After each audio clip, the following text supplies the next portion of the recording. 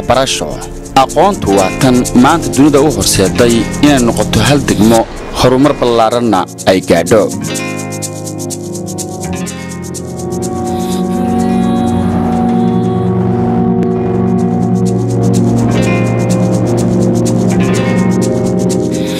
bulsho kasta oo deegaan ku nool waxaa waajib ku ah inay deegaanka ay ku nool yihiin ay ku helaan waxyaabaha nolosha aadanahu aysan ka maarmin. dabcan aadanuhu haddaysan helin biyo iyo cunno qofku ma noolaan karo, balse intaas keliya in lagu noolaado laguna ekaado macno nolosha uma samaynayso. intaas oo nabadgelyo leh haddii la helo bulshada waxaa waajib ku ah inay hesho waxbarasho, caafimaad iyo horumar la jaan qaada dunidan casriga ah ee aynu maanta joogno. aqoontu waa tan bulsho kasta ay horumar ku gaadho, taasoo qayb weyn ka qaadata horumar kasta oo bulsho gaadho amaba ay higsanayaan. in badan oo ka mid ah dalalka horumarka sameeyey waxyaabaha horumariyey waxaa ugu horraysa aqoonta.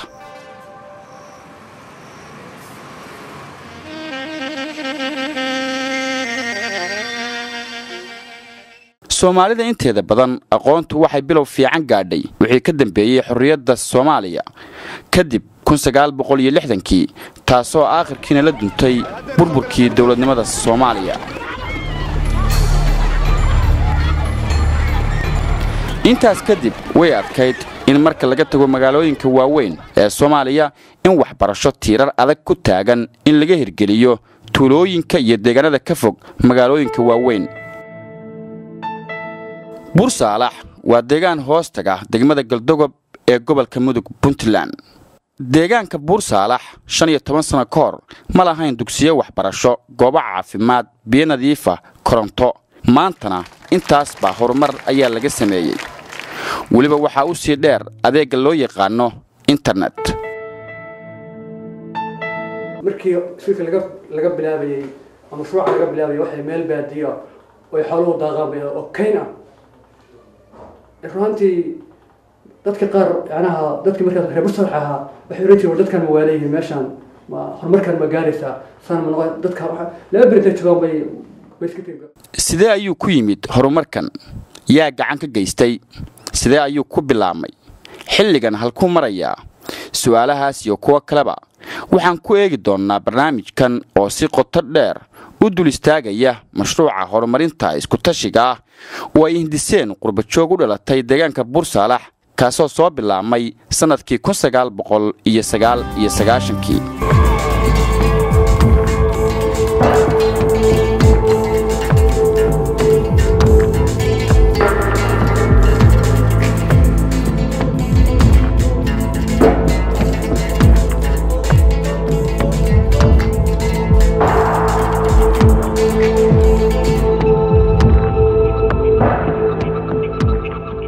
barnaamijkan markii la dhagax dhigayay oo laga bilaabay Buursaalax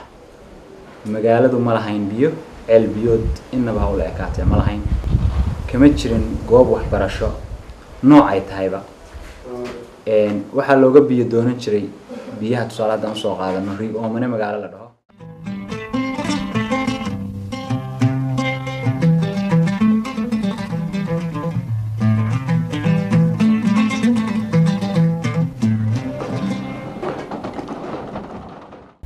sanadkii 2000 baan dalka nimid wafdi aan ku jiro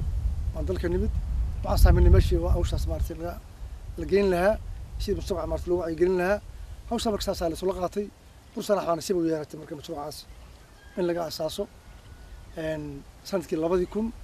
waxaan furnay iskuulkii ayaan furnay. dhismayaal waxbarasho, kuwa caafimaad, koronto iyo biyogelin laga sameeyay Buursaalax intii u dhaxaysay 2000 ilaa 2015. mashaariicdan aan soo sheegnay oo ay bilaabeen qurba joog u dhalatay deegaankan oo ku noolaa qaaradaha kala duwan ee dunida waxaa qaybta ugu weyn bilowday welna gacan ka geysata hay'adda wadaniga ah ee Red Horn of Africa oo ay ku midaysan yihiin dadka mashruucan hindisay iyo kuwa u shaqeeyaba. marka dad kooban oo runtii isxilqaamay meel kala duwan jooga sida Mareykanka, Ingiriiska, Yurub, qaybaheeda kale Australia ayaa wada hadlay كان وضع تشري سيدي وحلو قبل لها dalkeena hooyo gaar ahaan dhinaca waxbarashada ubadka yararkaa magaalada ay doorteen inay wax ka qabtaan waa magaalada Bursaalax.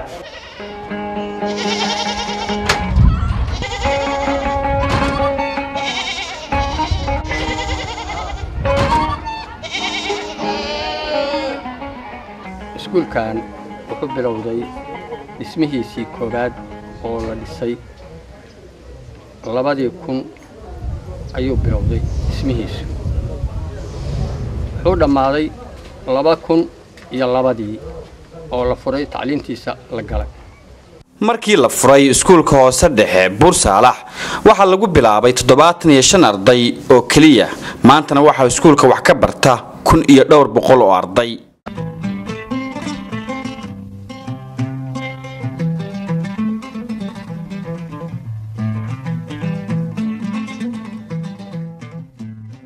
goobaha waxbarasho ee laga hirgeliyay deegaankan ayaa isugu jira dugsi hoose dhexe iyo mid sare waxaana ka faa'iideystay boqolaal arday.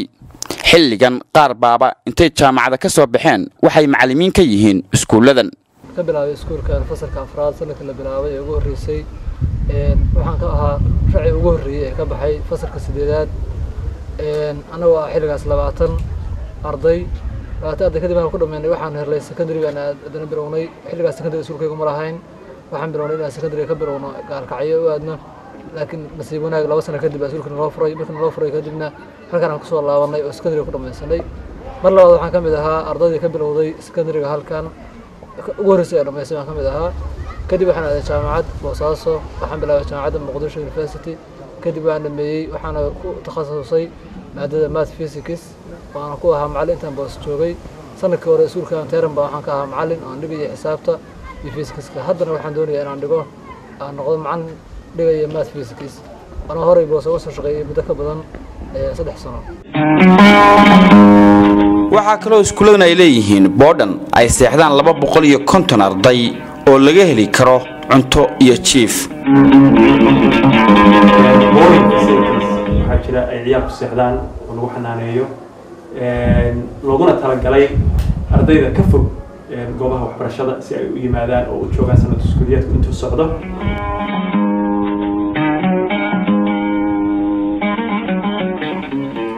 iskuulkan waa iskuulka ugu ballaaran degmada Galdogob ama gobolka Mudug xukuumiyad 10 iskuul oo soo sareysa oo weyn ayuu ka mid yahay haday noqoto xagga tayada haday noqoto xagga tirada ardayda kale. dadka wax ka barta dugsiyadan oo isee kala yimid marka laga tago deegaanka Bursaalax deegaano kala duwan waxay nooga warrameen marxaladihii ay waxbarashada ku bilaabeen iyo halka ay maanta marayaan. Ethiopian oo kalxam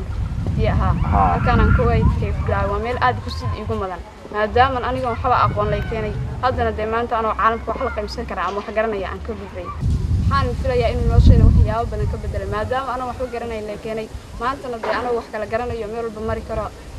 isla marhaanta ay ii suurtooday inaan helo waxbarasho ama inaan dalka dibadda soo aado waxbarashadaas waa inaan helo caafimaad xaasatan mid isii inaan sanadkan soo barto dalka Suudaan soo baxay شرع واحد كويد أنا لقيني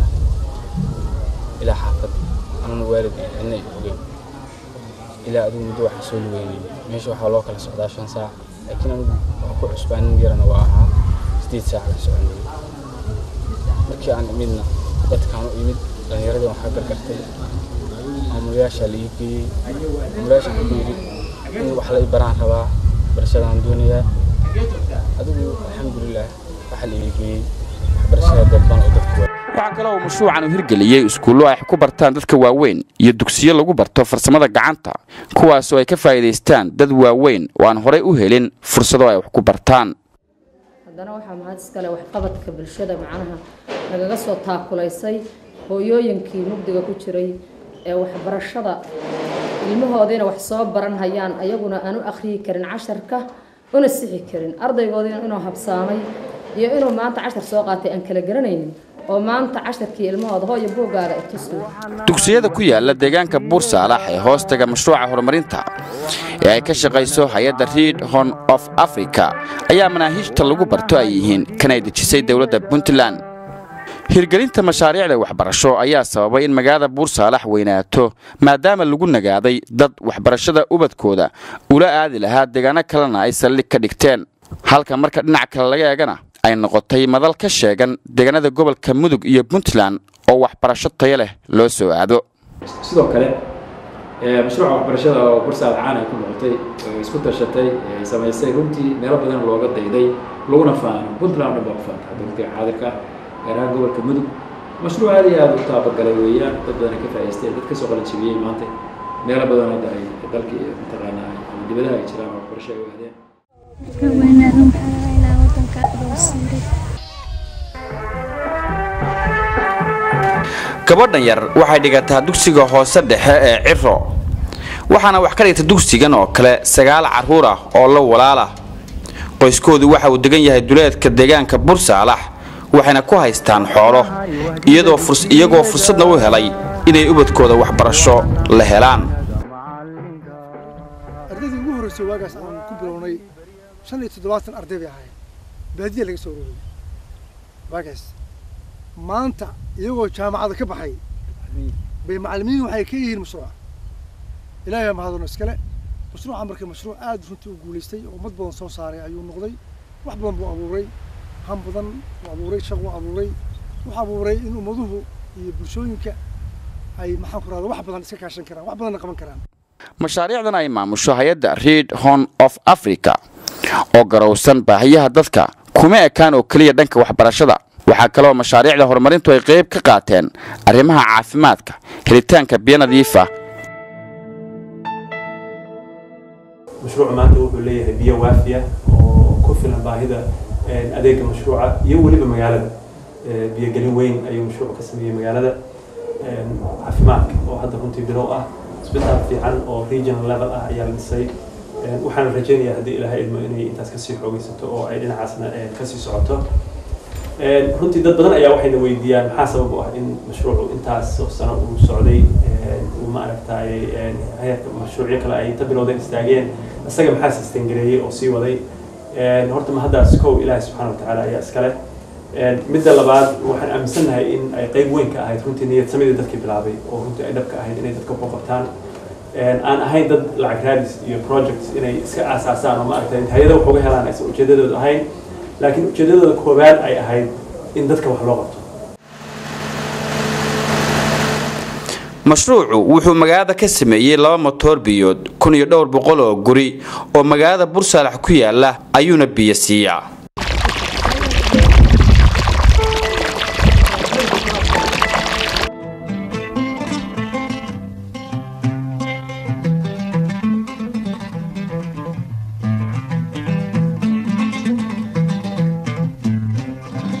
waxaan kaloo aragnaa si toos ah ayadana ay bilaabeen biyihii markay satal gareeyeen waxbarashadii inay hadda misna ay gacanta ku hayaan caafimaadkii oo anagu caafimaad background-iga waa caafimaadka waa agaasimaha waxaan isbitaalka guud ee jaamacadda ee gobolka oo ah isbitaal weyn oo 500 oo sariirooda oo referral hospital ah isbitaalkaasi yani deegaanka muxuu ahaa inaan district hospital inaan ku caawino deegaanka Buursaalax oo hadda xaq u leeyihiin baan kala shaqeynay logistically waan u fuudeynaa dawooyin baan siinaa training baan shaqaalahooda siinaa حتى to the point حتى باور حتى سين أمبلاصة وكمل جاره وأنلو أنت يقول لغة كوي استعجية ما دام استال كوي الميل حاجة بحسن ما تعرف ما قرصنا إنه بنان كانوا تاجنا هاي وذوقتي ما استال كاسبر كده جمال الدجان كأنت عن لك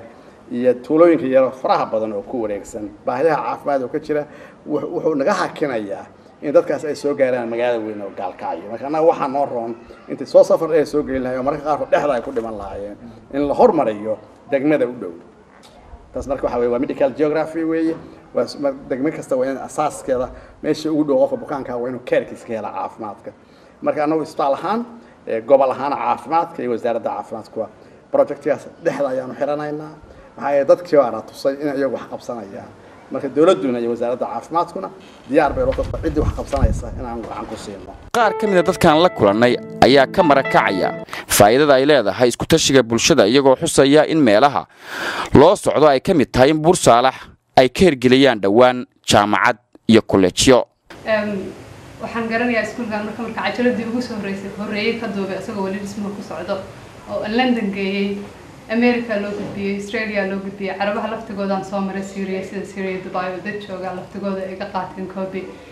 markay arkeen hawshii waxa ka socda qof walba inuu jeebkiisa intuu gacanta galiyay oo istaagay xoogii xoolihiisa inuu ku bixiyo marka Ilaahay baa mahad leh inaan maanta intaan imaaday haddana aan arko ilmihii lagu bilaabay iskuulkaas oo ama macallimiin meeshii ka ah ama iyagii ururo arday adduunka meeshii joogaan balaftigoodii inta Suudaan meelo kale tagay ay ma aragtay ku soo celiyaan wax meesha wax ka barteen runtii mahad Ilaahay u sugan weeye mahadda kadibna waxa iska le dadkii ra'yiga keenay Ilaahay aakhiriga adduunkaba ha xifdiya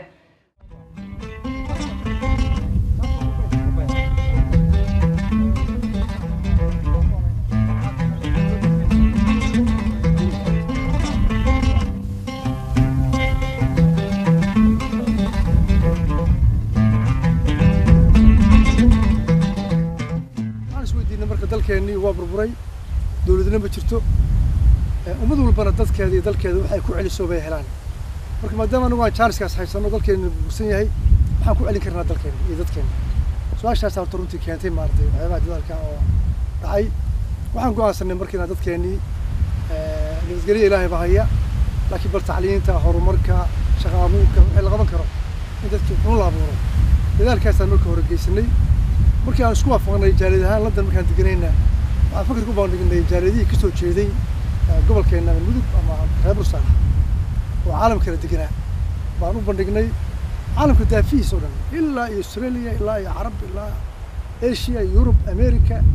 ayaa u bandhignay runtii aad bay noola qaateen fikirka isaga ah sidoo kale mashruuca horumarinta Bursalax markay hirgeliyeen arrimaha asaasiga u ah nolosha aadanaha waxa deegaanka ka hana qaaday ganacsi tirar adag leh magaalada ganacsigu wuxuu uga yimaadaa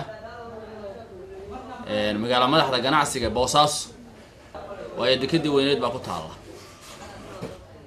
magaalada marka ganacsigeedu aad buu u fiican yahay haday noqoto xagga gaadiidka ka shaqeeya waa fara badan yahay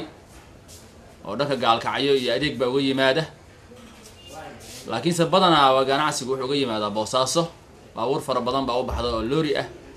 halkaan xoolay ka qaadaaneen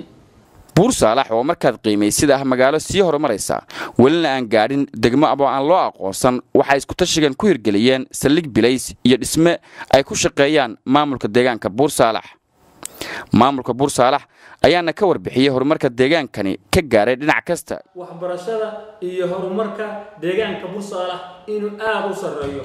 waxaan kale u mahad celinaynaa hay'adda iskuulkan ka qayb qaadatay Reed Horn of Africa hay'adaas oo si gaar ah uga qayb qaadata iskuulkan si gaarna noo tixgelisa nagala qayb qaadata aad baan ugu mahad celinaynaa dhinaca kale hay'adda Reed Horn of Africa ayaa qayb ka qaadata caawinta bulshada danyarta halkan waa iskuul ku yaala magaalada Gaalkacyo oo raashin ay ugu qaybinayaan dad danyar ah oo ku nool magaalada Gaalkacyo hay'adda Reed Horn of Africa oo kaashanaysa qurba joogta Soomaaliyeed waxay ka qayb qaateen gargaarka abaarihii ka dhacay koonfurta Soomaaliya 2011 duufaantii ka dhacday Puntland sanadkii 2013 iyo gargaarka qaxootiga ka soo barakacay dagaalkii Yemen sanadda 2015 gurmadkii labaad waxa noo soo fidiyay waxay ahaayeen hay'adda tan Reed Horn of Africa ayadana jikada in dadka si degdeg ah loo gaarsiiyo bay ka qayb qaadatay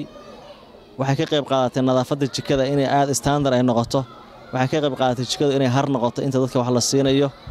waxay ka qayb qaadatay jikada wixii lagu karinayay bay ka qayb qaadatay aad iyo aad baan ugu mahad celinaynaa hay'adda Reed Horn of Africa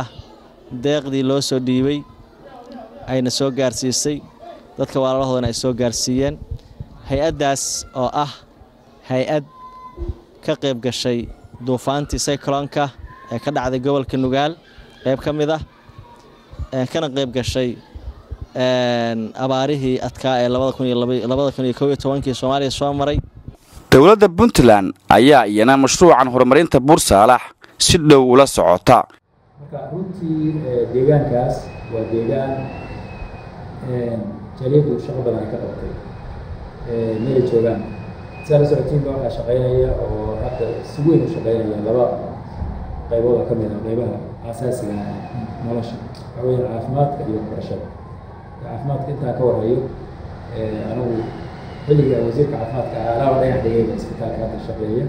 قال لهم لا لا واحد من عافمات لكن إسبتال كسبها بالليل إسبتال هو شيء سوا قريب كتانا هو سوي إن لو وضع يبقى أنت عدد أقوال ولا يبقى أنت الداوين غلط اللي لو بهاي هاي marka isbitaal waxaa lagu daraa mar walba community mar walba wuu ku ziyaaraya sidaas daraadeed hawsha ayada hawl weyn oo naf badan lagu badbaadiyey ilaahay maada iska leh waxaan isleeyahay waa mid ka mid ah hawlaha ugu qiimaha badan ee jaaliyadda ka qabatay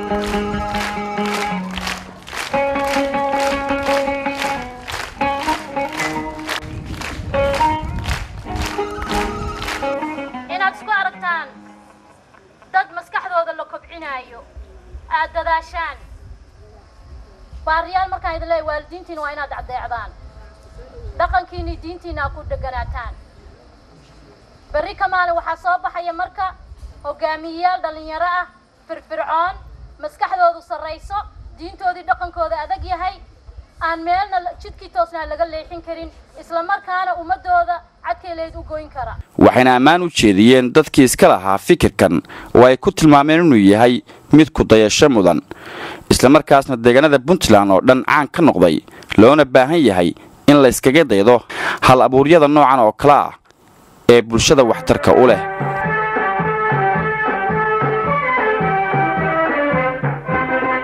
waxanahay wadiga dugsiyada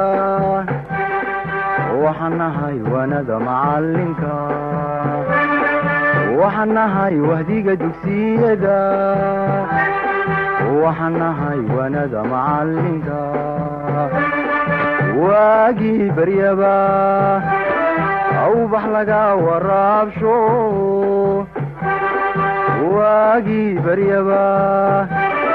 awbax laga waraabsho